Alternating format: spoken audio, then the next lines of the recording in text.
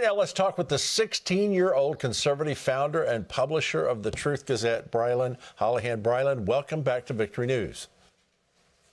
Good morning, Greg. Thanks for having me. Now, you made a big announcement about the 2024, and no, you're not running for office. You're not old enough yet. So tell us what the news was.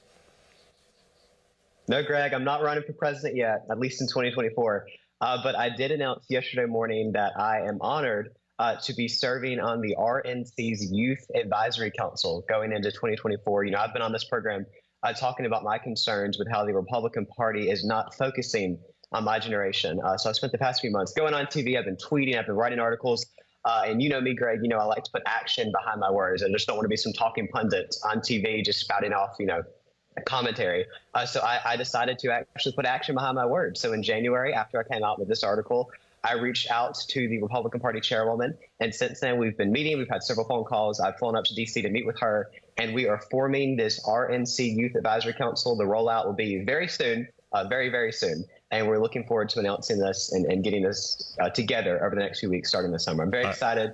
You know, as a first-time voter in 2024, I'm getting to represent my generation on this council, giving my generation a seat at the table. So this is awesome news. Very excited and looking forward to it. Good for you. I'm proud to hear that. You're right. There are too many people on television just spouting off their opinion.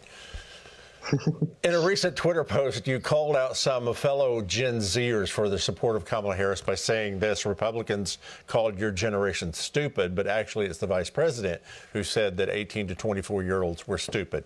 What's the confusion there concerning Generation Z?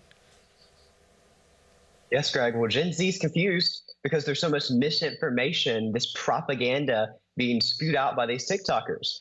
So I saw this post by these two, you know, TikTok boys Saturday afternoon, was enjoying a nice, beautiful day here in sunny Alabama, and saw their post. Maybe took 10 minutes out of my afternoon on Saturday to put together this response video, because every single claim that they made in their maybe a minute video was false. Every single claim. So I said, look, I'm going to take a second. I'm going to debunk this. I'll put a response out. Didn't think about it. Took 10 minutes after my afternoon. Moved on. The next morning, I woke up to get ready to go to church, and the video had hit 1 million views. So it's incredible. But it's embarrassing on their part that it took a 16-year-old 5 minutes to debunk their video. There you go. Now, the federal government, maybe you could handle this for us. The federal government has 29 days until it defaults on its loans. Republicans want spending reductions in exchange for raising the debt ceiling. Joe Biden wants more spending with a higher debt ceiling. You think these two sides can come together, or should we get you to negotiate it for us? Hey, I'll always take a free trip to D.C. if they want me to negotiate for them. But I know Kevin McCarthy. He's a good friend of mine. I had the opportunity, the honor of interviewing him a few years ago when he was still House Minority Leader. He's a great guy. He's incredibly capable. He's a great leader. He has stood his ground. He is calling to cut spending, which every Republican that's been in D.C. for the past century has said that they're going to do, but they haven't. So Kevin McCarthy is actually following through on that. He stood his ground. Biden's the one that's caved. Biden has called him and ready to negotiate. So I think we'll have a deal, and I think Kevin McCarthy will come out a victor here.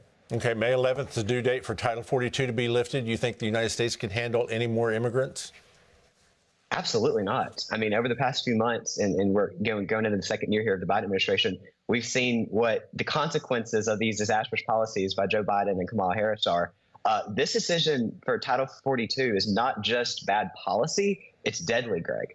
So I think the Biden administration needs to change course here. Okay, remind us and everyone where we can follow you and your reporting on the news. Absolutely. You can follow me on Facebook, Twitter, Instagram, TikTok, everywhere. It's at Brilyn Hollyhand, and my website is thetruthgazette.com. Brilyn Hollyhand, that's his name. Keep an eye on him. Thanks for being with us today. Greg, thanks for having me. It's always good to see you. Mike?